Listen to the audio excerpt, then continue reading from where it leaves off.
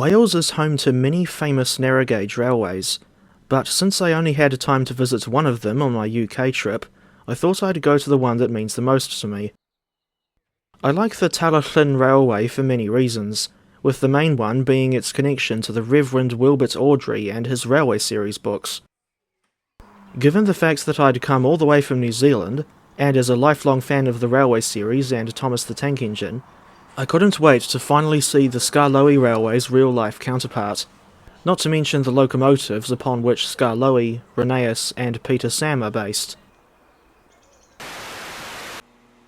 After staying the night in Llandudno, we came down through Llanrwst and Blaenau before ending up at Abergynolwyn station, arriving at the same time as number 1, Talyllyn, and, to tell the truth, I was over the moon to finally see this locomotive in person. She was built by Fletcher Jennings of Whitehaven in 1864, originally as an 040, but famously had a trailing axle added in 1867 for improved stability. Historically, the Talyllyn Railway had just 2 locomotives, although number 1 was completely worn out by the 1940s and taken out of service in 45. Number 2, Dolgoch, was still steamable, but only barely, and struggled on as the railway's only operational locomotive in the early preservation years. 2 engines from the Corris Railway arrived to help out, but it wasn't until 1958 when Talyllyn herself was finally overhauled and put back into service. She has been overhauled and modified again many times since the 1950s, with the most recent overhaul ending in May 2024. One wonders how much of the original locomotive is left at this point. When we got to Tywyn Wharf, we saw that number 4, Edward Thomas, would be hauling our train. This engine was built in 1921 for the Corris Railway, where he supplemented the Hughes-Falcon trio of 1878. Numbers 1 and 2 had already been scrapped long before the Corris Railway's closure in 1947, but the 2 engines that were still left, numbers 3 and 4, were later sold to the Talyllyn Railway in 1951. The Kirst Stewart Tattoo class locomotive has had an interesting life on the Talyllyn Railway, which included famously being equipped with a Giesel ejector between 1958 and 1969. He's currently painted in a Works Grey livery following his most recent overhaul, which was completed in June 2024. Perhaps his biggest claim to fame is being the basis for the Mid-Sodor Railway's number 4, Stewart, later renamed as Peter Sam. Incidentally, Peter Sam had the lead role in one of my train's 2019 Thomas stories, although now I cringe at the nasally voice I did for this character. It's interesting to note that all the coaches on this line only have doors on one side, due to all the station platforms being on the same side of the track. This is also the case on the Corris Railway. At 2:40 p.m, Edward Thomas pulled away from Tywyn Wharf for his second run of the day to Nant Gwynol. The line is 11.83 kilometres long, and a one-way trip normally takes just over an hour to complete, with intermediate stops at Pendrae, Rhydydronen, Bryn Eglwys, Dolgoch and Abergynolwyn. I apologise if I mispronounced any of those names.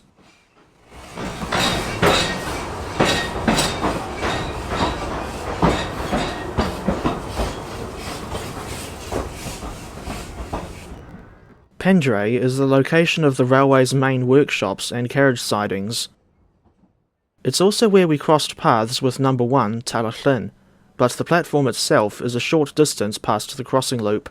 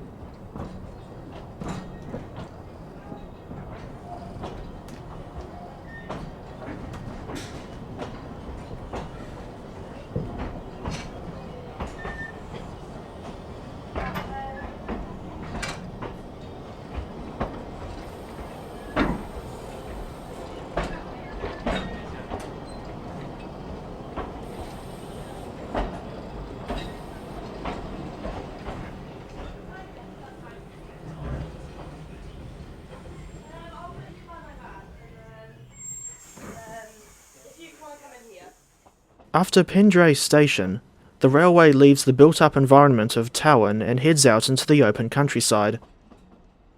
The scenery in this area is reminiscent of New Zealand, and I'm not saying that just because of the abundance of sheep. Since I'm not an expert on the Talyllyn Railway's history, or the significance of various locations along the route, I'll leave the next batch of footage to play without a voiceover.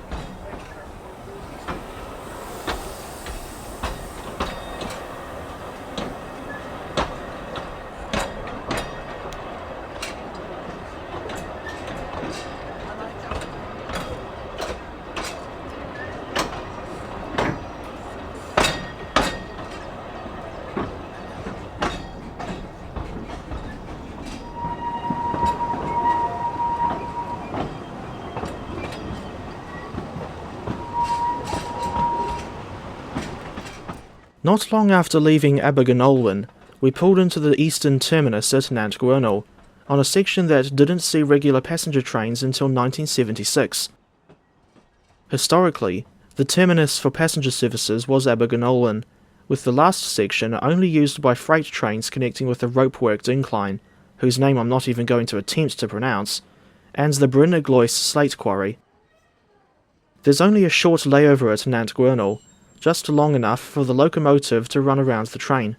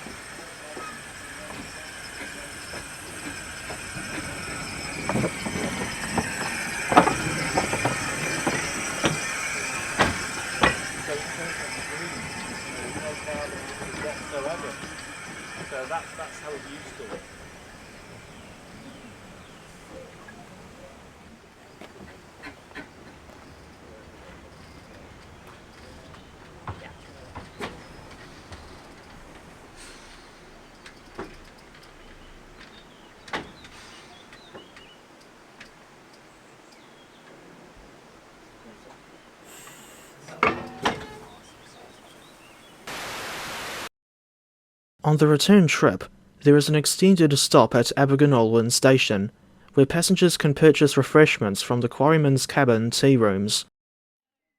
I don't know what it is about the atmosphere at this station, but I like it, to the point where it's tied with Tywyn Wharf as my favourite station on the line. Eventually, it was time to leave Abergynolwyn and continue the journey back to Tywyn.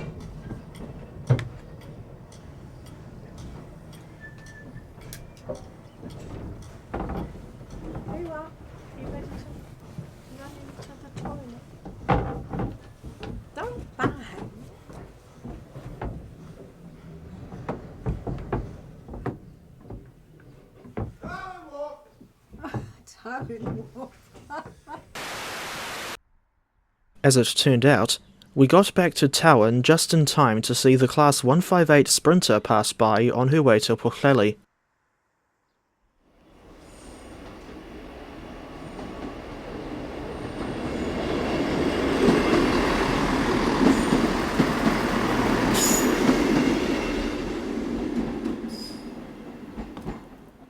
As he had just finished his last passenger run of the day, Edward Thomas didn't run around the coaches, and instead simply propelled them back to Pendray. Thus ends my coverage of the world-famous Talyllyn Railway, a place that I can confidently recommend visiting for yourself if you ever get the chance to do so.